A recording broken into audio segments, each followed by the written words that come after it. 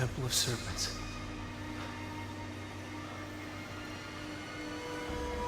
That's gotta be it. How the hell do I get up there? So, as you saw from the Uncharted 3 demo, the bar for production values in an Uncharted game is incredibly high.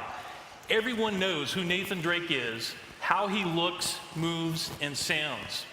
PlayStation Vita had to have the memory and processing power, not just to allow us to get Drake right, but the environments as well.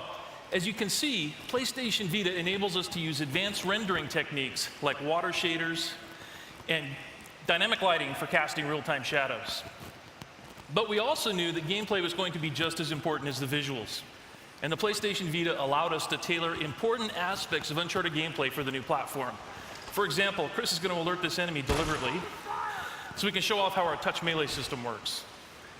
Here, instead of using the square button for combat, the entire screen becomes a virtual button. You can just tap the fist icon, or you can touch the enemy directly to take him out.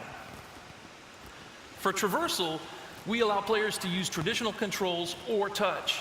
Here you can see that Chris is having Drake climb the wall by just using the sticks and buttons.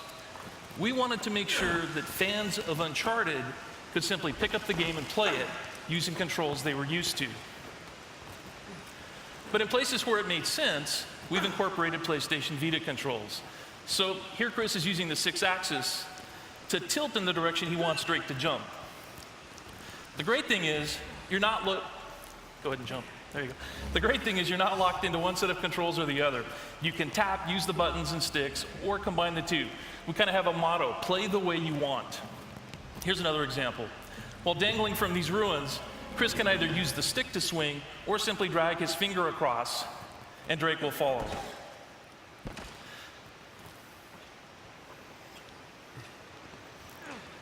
To get across this chasm, same idea. Chris can have Drake jump action style by running and pressing the X button, or he can tap on the ledge and Drake performs a cinematic leap. So while we definitely allow you to play the game the way you want, while developing the game, we began to discover that there were things you could do with the PlayStation Vita that you just couldn't do on a regular console.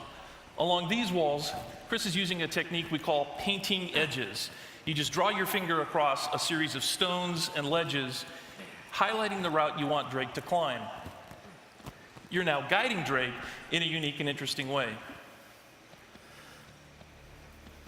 Of course, while tapping edges to climb is fun, tapping an enemy to perform a stealth takedown is more fun.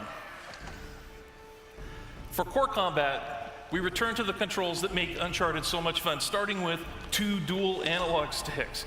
We've brought over all of Drake's combat controls, snapping and shooting from cover, over-the-shoulder aiming, blind fire, and so on.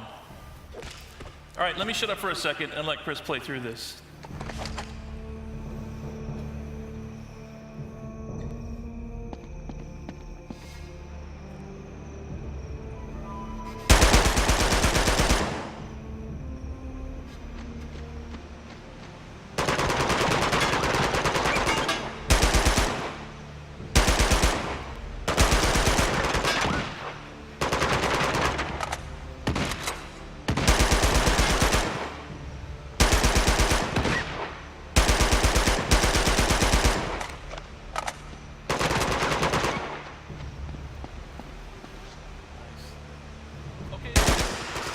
But again, where it makes sense, we use touch controls to enhance the core combat. So for example, to reload, Chris can just tap the weapon icon, or to pick up a new weapon, he can either tap on its icon or the weapon itself. And now he's got a shotgun.